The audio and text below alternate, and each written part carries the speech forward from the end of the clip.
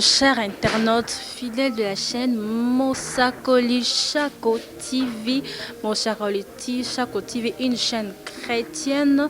Vraiment, Zamba Pambola Mosel Naï Michel Chako TV pour l'innovation à chaîne chrétienne à fond. Et chaîne Oyoza, vraiment 100% bon Zambé quand on est Tolobaka ou Kovanda à l'aise na bana.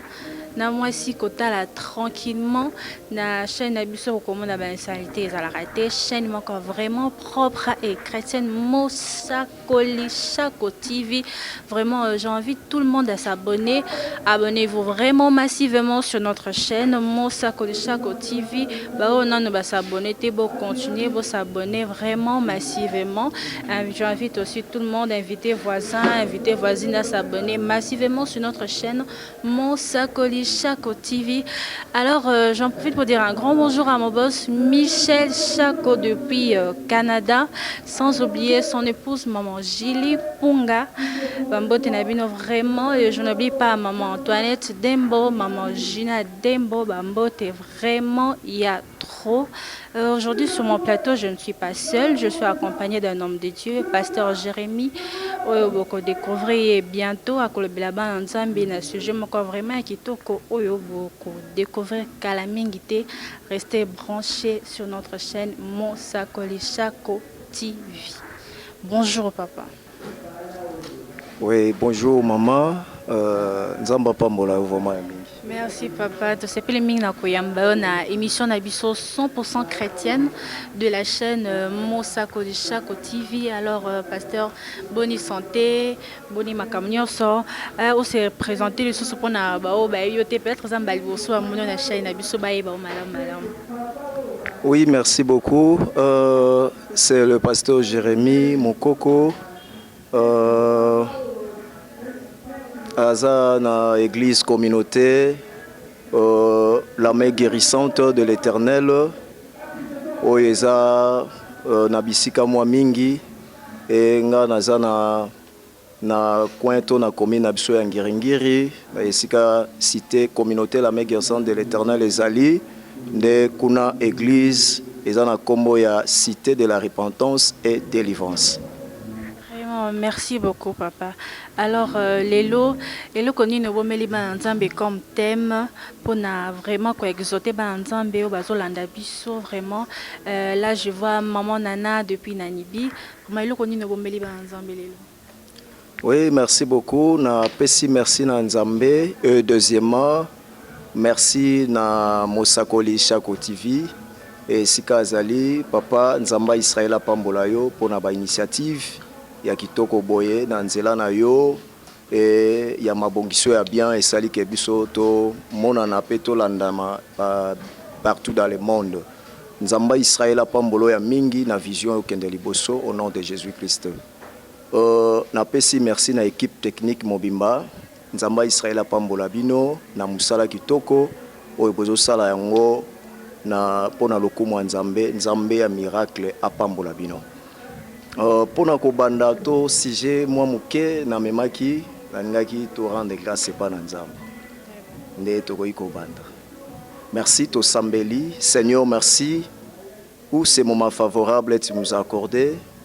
Merci pour la vie que tu nous as donnée. Sois béni, célébré, tu es le maître suprême.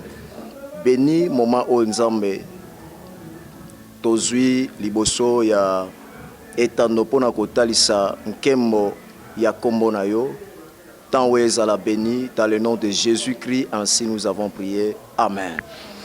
Merci beaucoup. Nzambe ya pambola biso, moi si j'ai na memaki lelo toko parler, toko partager, et ça moi si j'ai oyo sur la nouvelle naissance. La nouvelle naissance.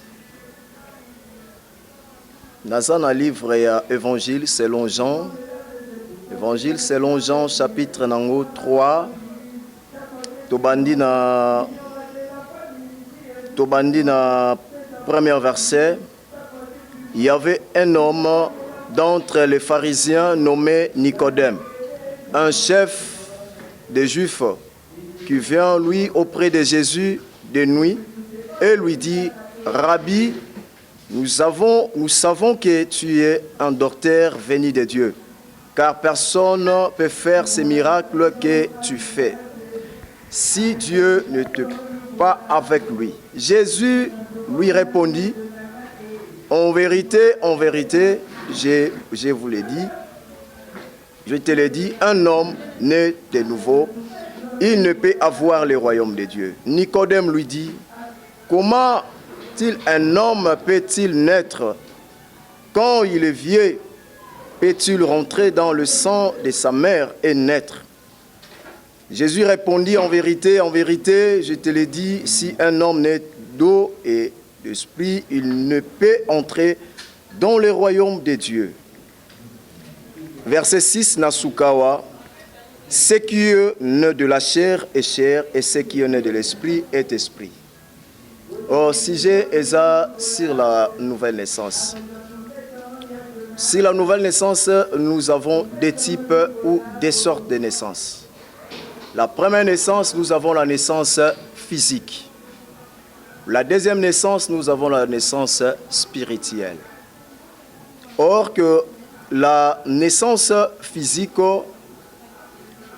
et la naissance physique produit la mort. Mais tandis que la naissance physique, la naissance spirituelle produit la vie.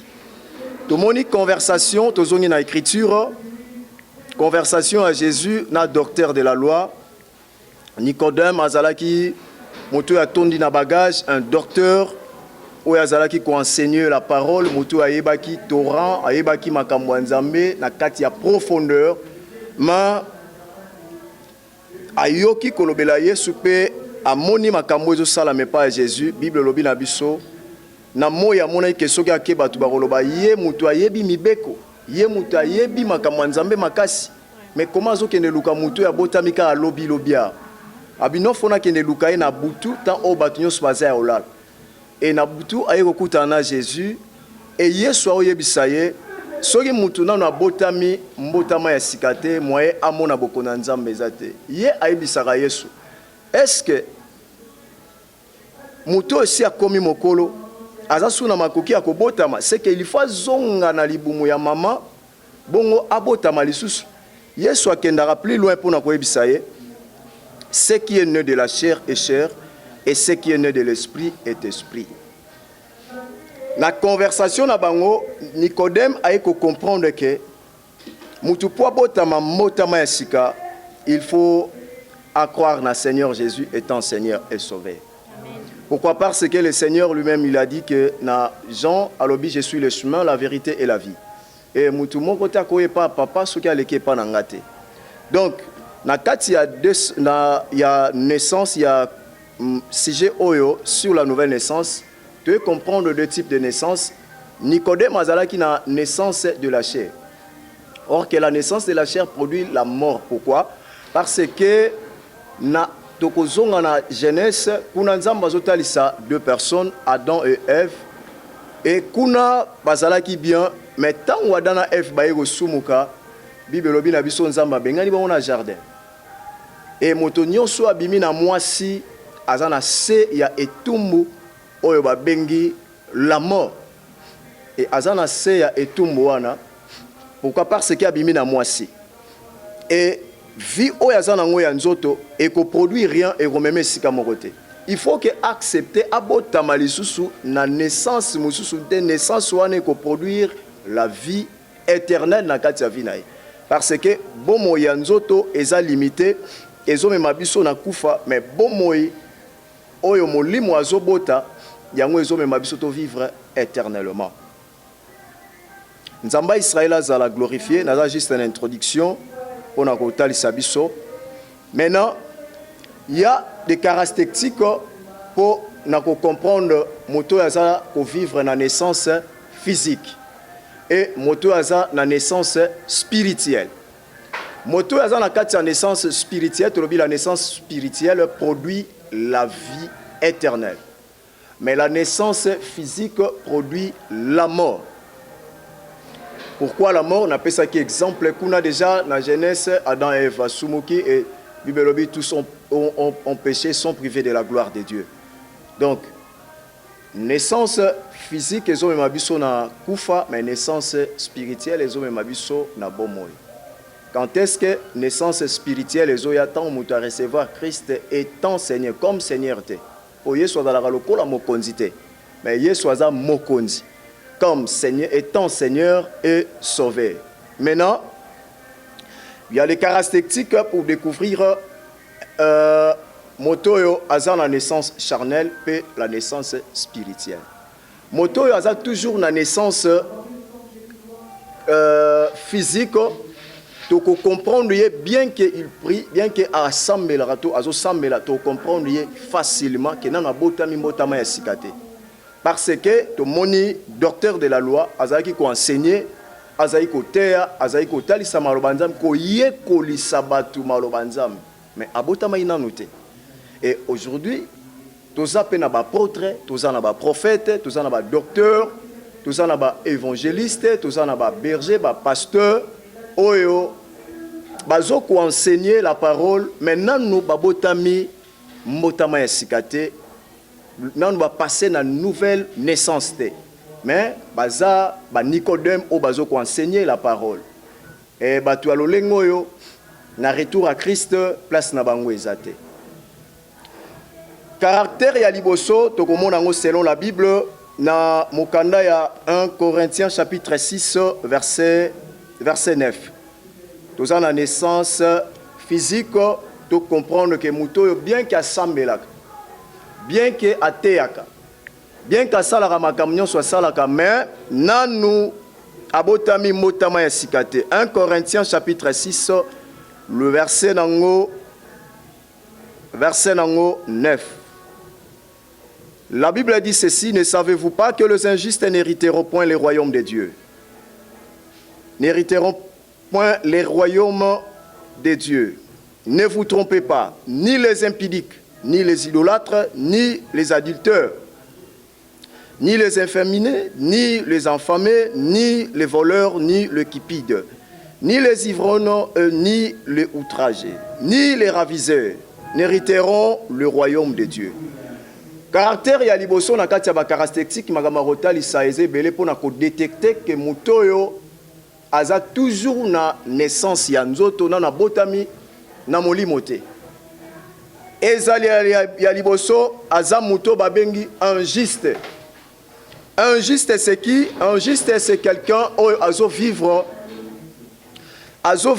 na kati ya vie, na kati ya vie de la chair. Cela veut dire bomo ya nzoto, bomo ya komi sepelisa na ngambo musutoko koloba muto azo vivre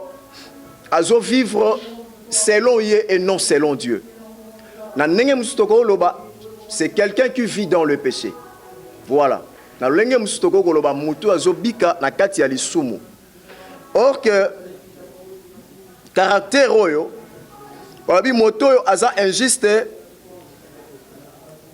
tokoye baye balobi qui est injuste. Injuste moto azo vivre na kati ya impudicité, na kati ya bamilangwa, na kati ya kindumba, na kati ya makambo belé ba excité awa.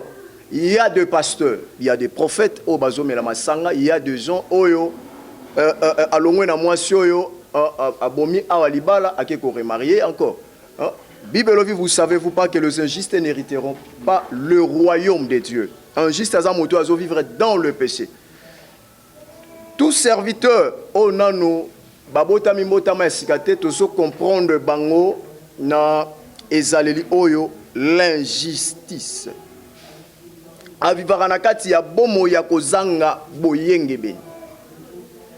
Bato ebele bazo kanisa ke soki azoteya liloba nzambe si azwi royaume de Dieu na maboko. Même soki azo prophétiser. Nyonso wana eza badon, eza makabo o nzamba apesi biso, musu eza don, musu eza ministère na kati ya 5 ministères. Mais eza kozwa royaume na maboko te. Pona kozwa royaume de Dieu na maboko, il faut être un enfant de Dieu. Il faut botama motama esika. Motona na botami motama esika te, oromona ye ba sœur nyonso si a découcha bango, ayeba bango bien que un homme de Dieu oyazali, ye pa na ye lisumu ezalaka te, nyonso essier a changer pe mater. Oromona kuna awa esika totanga na 1 Corinthiens balobi l'impudicité baba une impudicité ba ke na ba tina ba idolâtrie et ça la bana nzambe ebele lelo vina bango yemo kwa ibinenge azome mango basale nzambe ebele lelo azo vivre na kati ya impudicité. L'impudicité c'est quoi? C'est de faire des rapports sexuels avant le mariage. Lelo tozomo nango mais maté a échangé ba changer biso maté. Or que yango nde zalaka ne bandeli na série à groupe de prière mais lelo makambo ngo eza susté. Maté komika recevoir zwa okobonga yo na moni okende poto. Bon mutu azana poto ba ote ya kende wapi? Mutu azana poto tote ya yo nini? Et mutu aussi a bota si a bala déjà ba ote ya nini? Non.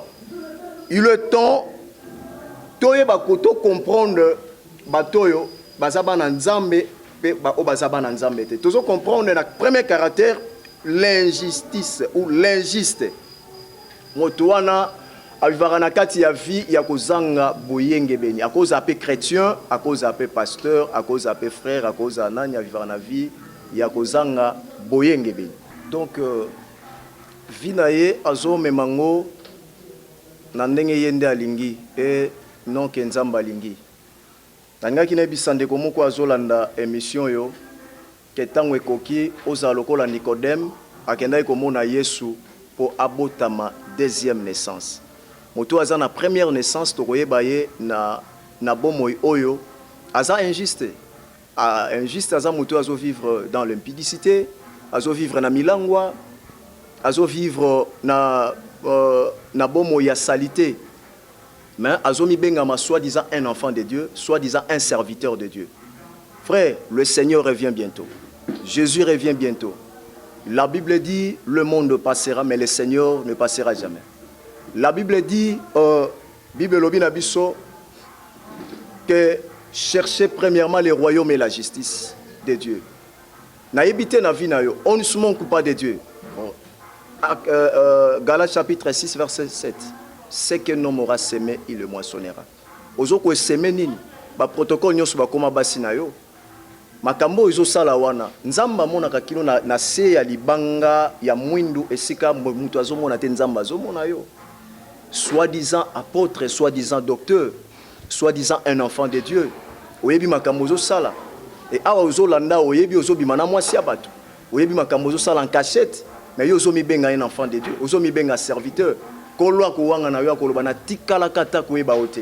Pourquoi? Parce que au garda kaka toujours naissance de la chair. Kolwa zana besoin na yo au se repentir au bon wan au botama naissance spirituelle.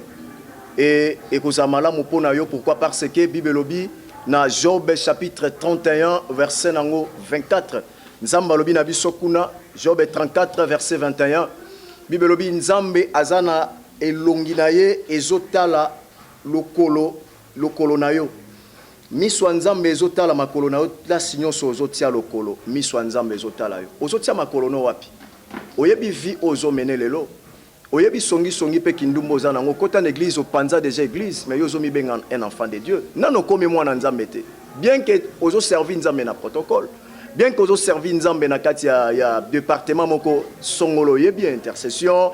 Bien que nyonso wana maintenant nous commis un enfant de Dieu. Pour nous comme un enfant de Dieu, il faut changer. Il faut obéir Christ na katia vinayo. Et c'est alors que naissance ya chair et kokwea et naissance spirituelle et koya na katia vinayo. Makamba olobeleza mingi. Et na sepela ki kosuka kar na caractéristique ya liboso oyo les injustes, oza injuste aza mutu azotambola via ekobo makambo mabe. Yango moni na katia église maté assez changea. Ozawa no zolanda moti ya vérité zate. Mais tant aussi koki, la Bible dit rachetez le temps car les jours sont mauvais. Tant autre comme le Seigneur aza déjà. Azoya azwa basali, azwa bato bakanga makina pe baibaki na solo amema bango. Longwa na pongi ozolala, longwa na mate ya bénédiction, longwa na makambo wana, ozote ya bénédiction parce que yo mona no botami motama ya sikate. Botama ya sika et komona yo e kokomama na buku abomoyi. Tika nzamba Israël, nzamba Abraham, ya Isaac, ya Jacob, apambola. Vraiment, merci beaucoup, papa. Pour moi, papa, je le bara bien, papa, le vraiment qui toque ma cassi. Et moi, mi tourne zana bandeko, bazolanda. Bazura, papa, zolo bambuta ma esika, mbuta ma esika. Ta yemo ni kade matuna ya sabo. Lungi na zonga sona ga sali boum ya maman nga bota nga sumbala mi balé to ndengeni. Vraiment balandi na biso ebele ba comprendre vraiment te esika wa. Oui, merci beaucoup, maman. Kobota mambota ma esika, cela veut dire pour inviter Christ na vie na yo azala étant Seigneur et Sauveur. Beaucoup de chrétiens bazo sambela mais bapesa Yesu makolo, bapesa Yesu maboko, bapesa Yesu misu mais mitema eza musika ya Nzambe. Yango zomona makambo azo sala ezo bala na te Bible lobi na ezalaki mbala liboso bayekoli na Antioche babenga bango ba disciples. Pourquoi bamonaki marque à Jésus-Christ na kati ya vie na bango. Monaka Pierre tant batali très bien balobi cet homme là azalaki na ye. Malgré Pierre a boyaki mais balobi réellement cet homme azalaki na ye. Pourquoi? Bamoni il mange à Jésus na kati ya vie na ye. Est-ce que na vie na yo bamonaka il mange à Jésus? Motoyo a yambi Yesu étant Seigneur et Sauveur. Il mange à Jésus na kati ya vie na ye. Vraiment, merci, pasteur. Comment est-ce que vous avez biso baganda biso bakoye bak? Et na koyamba Yesu ndenge nini? Na yamba na koyamba ndende ba yamba boyo tende. Comment est-ce que je vais accepter Jésus? Wana na koyamba Jésus wana comment, pasteur? Oui, la première des choses pour nous recevoir Christ d'abord, il faut avoir la prise de conscience. Il y a makambo azo sala ke zaramabe bien que oza na batitre nyonso ko oza nango mais la prise de conscience que vie na yo makambo zo sala eza mabe. Pourquoi makambo zo sala eza mabe maintenant il faut que ça bon ne pas Yesu ko recevoir Jésus.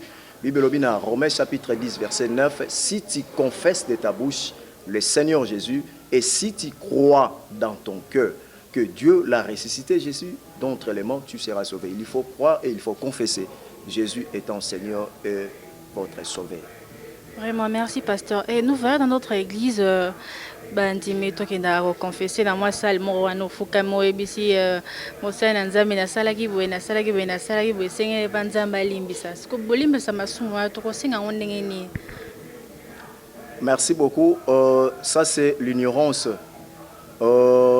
Bible lobby eza Yesu azo sala conversation na mo Samaria oyo. Na Jean chapitre 4 verset 23 ti okiti na se atunie me bakoko na biso balakisa biso lieu précis ya kokene ko sambela kokene ko tubela kokene ko matana bangomba ebisi non eza na ngomba te zape na Jérusalem tel. Maintenant le temps est venu, les vrais adorateurs adorant le Père en esprit et en vérité.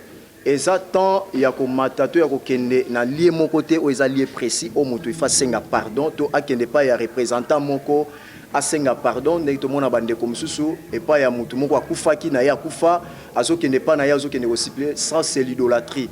L'idolâtrie, ça c'est l'ignorance. Alors que la Bible déclare dans Osée 4 et 6, mon peuple périt faute de connaissance. Ozana mutu moko to ko kende ko gumba melaye po alimbisa yo. Et Bible bezaka na mutu moko. Psaume chapitre 103 verset 1 à 3, la Bible dit makomi nzambe lobi et c'est le Seigneur qui guérit toute maladie et yenda zana makoki ya kolimbisa masumu mutu. Eza mutu te mais eza que soko comprendre vino eza mabe il faut s'adresser na Christ et non et pas ya mutu. D'accord, pasteur. Maintenant qu'on s'adresser à Christ, comment? Pour s'adresser à Christ, c'est que mutu d'abord il faut zonga katina ye yango moni Bible lobi na Matthieu soki mutu alingi asambela il faut akota na chambre na ye chambre sur le cœur de l'homme mutu fa zonga na kati ya motema na ye abandi ko s'examiner malamu nini ngai na salaki parce que lisumu e bloquera mutu akende liboso. Romains chapitre 3 verset 23, tous ont péché et sont privés de la gloire de Dieu. Romains 3 26, le salaire du péché c'est la mort. Mais le don gratuit de Dieu, c'est la vie éternelle en Jésus-Christ. C'est que mutu fa zonga katinaye, soki azongi na katinaye, makambo ya kolobeza makambo ezouta na katinaye, wana a bénéficier na pardon et pas à Jésus-Christ. Merci, pasteur. Pasteur Olobi, que dans l'élo, na église, Maté a échangé. Maintenant, qu'est-ce qui pousse à que Maté a échangé dans l'église? Et ça, pour recueillir par offrande. Pourquoi est-ce que Maté a changé dans l'église? C'est vrai que nous sommes tous à Christ, mais ça n'a pas manière très différente. Pourquoi? Oui, la Bible dit dans Mokanda Il y a dans 1 Jean, chapitre 2, au 15e verset, la Bible dit, n'aimez point les mondes ni les choses qui sont dans ces mondes. Si quelqu'un aime le monde, a combien d'ennemis ensemble? Beaucoup de serviteurs, bébis ou bungisi vision, bébis mission à bango. Or que la Bible a dit, chacun de vous rendre compte à Dieu. Bango, côté na esengo ya monde. Or que mutu a côté na esengo ya monde, bien aimé de le Seigneur, a comment déjà ennemi ensemble. Donc on a combien d'ennemis ensemble, c'est que makambo a bandoloba, ezaka po sepeli sabato. Mais nzamba osepela na ngoti yango moni bato ebele à cause ya rolinga monde ana besoin tambola na mituka ana besoin zala bien ana besoin amata ana besoin balobela ye maintenant omona azana ba vérité na maboko mais azomwa so alobi yango ke libala bombandeza mabe mundimi wana oya so église te aomona ke soka alobi ke kolinga mobali ya mutu eza mabe aomona ke mundimi wana okima ke soka kimi a perdre ba makambo to ba bénéfice nyonso azwaka. Il fallait que a songer ba message pour à bénéficier na oyaza nango besoin pour na rejoindre pourquoi parce que alingi mokili. Vraiment merci beaucoup pasteur, vraiment to komi na suka ya émission na biso ya mon colonel Elo vraiment na évité moi ba mbote ce que zali akopesa na quelques personnes au Rolanda yo numéro ya contact pour na o ko sepela vraiment ko contacter yo.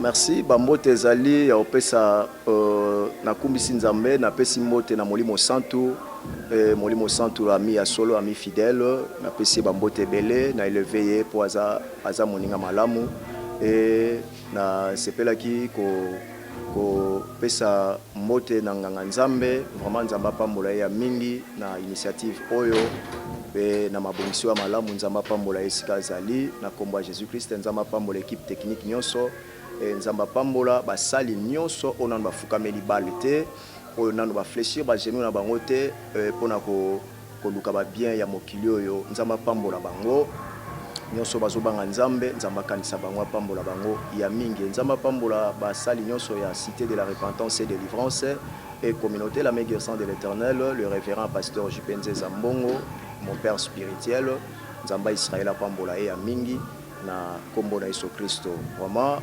numéro de téléphone ou numéro de contact nanga isa plus 243 89 94 40 566 plus 243 89 94 40 566 eza numéro ou eza na WhatsApp nzambe apambola biso nyonso.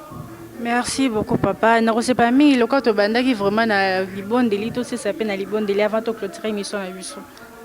Merci to ko sambela yo oyo landi émission oyo nzamba pambola yo na ina mate ya condamnation te kasi na yaki ko obeta ngonga parce que tango sie pusani tango sie kei le Seigneur revient bientôt yango il fallait que basala nzambe to yeba oyo nzamba lingi pona biso il fallait que makambo e banda kolobama na ba église na biso pe na besika nyonso la raison pour laquelle to telemi pona ko parler yango po kolo na biso azozonga bientôt nzamba pambola yo to lingi to sambela na ndanga ina prière oyo vraiment nzambe ya Israël na kombo ya Jésus Christ kanisa bien-aimé oyo alandi biso na kati ya émission oyo partout dans le monde esika azali Seigneur abebisaki wapi makambo nini oyo akomaki kosala en cachette amibengaki un enfant de Dieu mais makambo oyo azosala ezolakisaki aza toujours na naissance de la chair.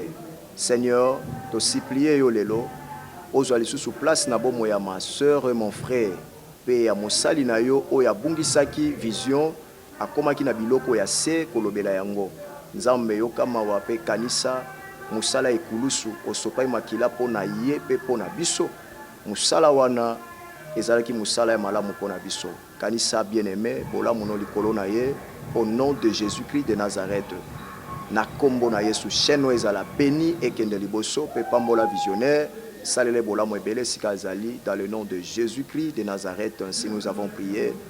Merci Seigneur Jésus-Christ. Merci Seigneur Jésus-Christ. Vraiment, merci Pasteur pour la bénédiction. Vraiment, chers internautes fidèles de la chaîne Mosakolishako TV, abonnez-vous massivement, vraiment. Donc, comme il y a vraiment une émission à Bisso, là aussi ça pas maté sans dire un grand bonjour à mon boss Michel Chako qui me suit depuis Canada et de son épouse Maman Gilly Punga. Sans oublier sa maman Antoinette Dembo, la sœur Juna Punga na molonga nae papa Emmanuel. Alors nakena sima ya caméra pour on peut sa mbote na bien ali swanzambe eli lose mobala mwindo banga kangomba te mbote na ebele na pesi mbote sous grand moteur H3 Bambote no ebele vraiment yangwana. Je dis un grand bonjour à ma mère, maman Bernadette Sikazali. Vraiment Nzambe a pambola bino, vraiment il y a mingi to komi vraiment nasuka. Alors moi et vous on se retrouve à la prochaine pour un nouveau numéro. Bye bye.